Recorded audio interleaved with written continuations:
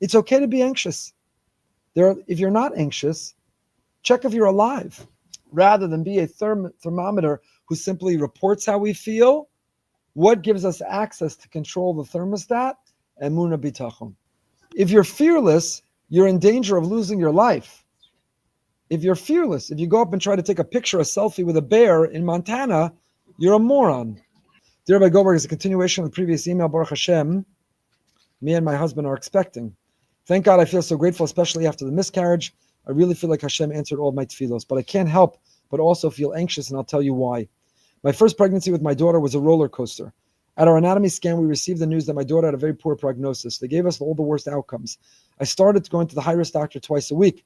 They prepared me to deliver as early as 26 weeks. Hashem proved them all wrong, and I ended up making it to 37 weeks.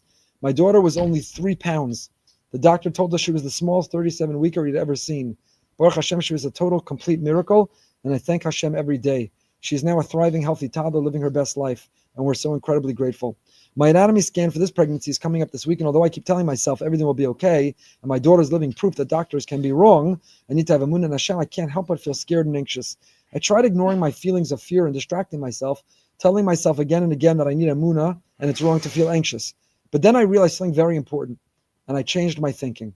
Your shiurim have helped me internalize that having Emunah does not mean you should ignore your feelings of fear.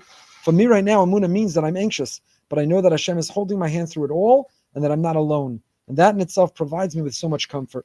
My feeling of anxiety have not gone away, and I'm not ignoring them. Having Emunah means that I am where I'm meant to be, so I am embracing my anxious thoughts, but also thinking positively at the same time. And yes, you can do both. Thank you for the chizuk. Looking forward to sharing good news in Mirza Hashem. So again, I like this also, because this is a theme that we keep coming back to. Emunah and bitachon don't take away our humanity. They don't ask you to be a robot. They don't demand of you to deny or to suppress your feelings. Emunah and bitachon mean you are human, and we have human feelings and emotions and reactions. What Emunah and bitachon do is they empower us to be the thermostat, not the thermometer. That's what Emunah and bitachon do. I'll continue that analogy. In a shul or public place, often the thermostat is under lock and key. Who has access? We should give it to the highest bidder. In shul. For the largest donation, you get to control the temperature in the Rand sanctuary. We'll add it to the shul dinner auction list, controlling the thermostat. But it's a privilege. Who gets access to the thermostat?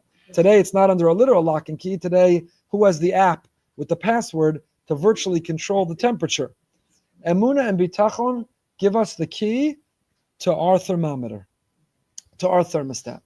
Rather than just be a thermometer who reports, this is how I feel, I can't change it, I can't control it, I'm anxious, I'm scared, I'm worried, I'm unhappy, I'm miserable. Rather than be a thermometer who simply reports how we feel, what gives us access to control the thermostat? Emunah bitachon.